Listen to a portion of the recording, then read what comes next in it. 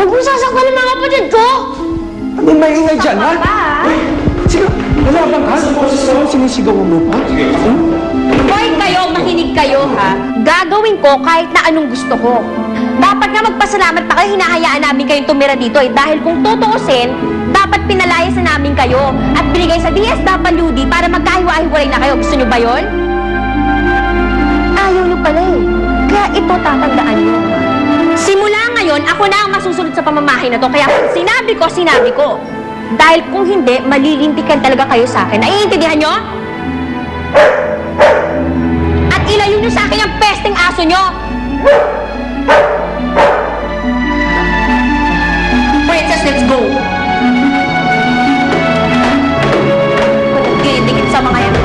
Sasama ang ugali nila.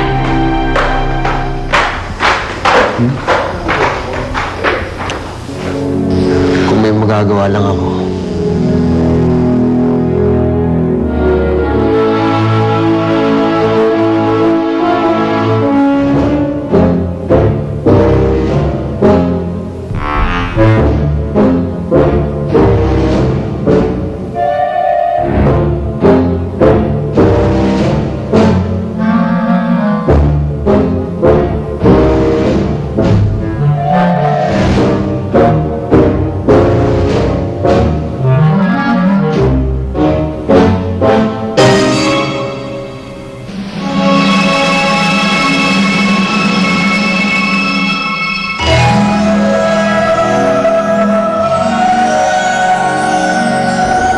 Mas lalo kong mapapahamak niyan eh.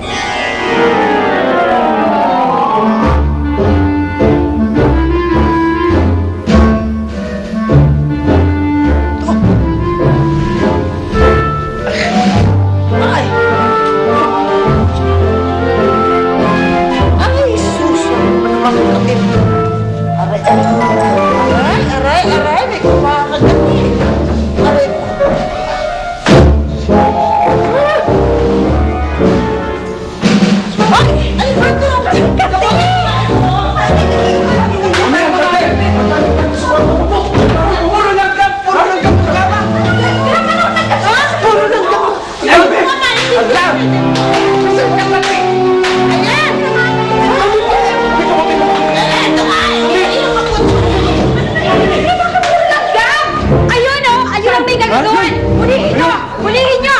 Sige, basta bilisan mo! Hulihin mo yan! Dali! Bilis! Saan ka pupunta?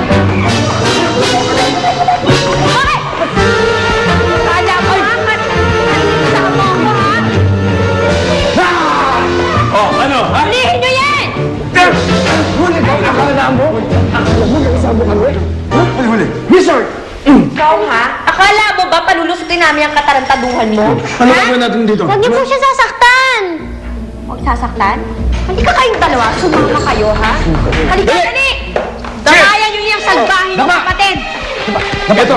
Kung hindi kayo dinidisiplina ng mga magulang niyo, ako didisiplina sa inyo! Ito! Sige! Halima! Alam ha? Buti nga! Sige! Buti nga! Sige! Hindi niyo pwede saktan mga anak ko! Sige, nakasaktan yan! Yan! Wizard! Hay!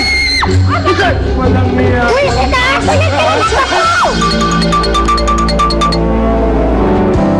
Anong ginagawa niya? Baka gusto niya mag-computer games.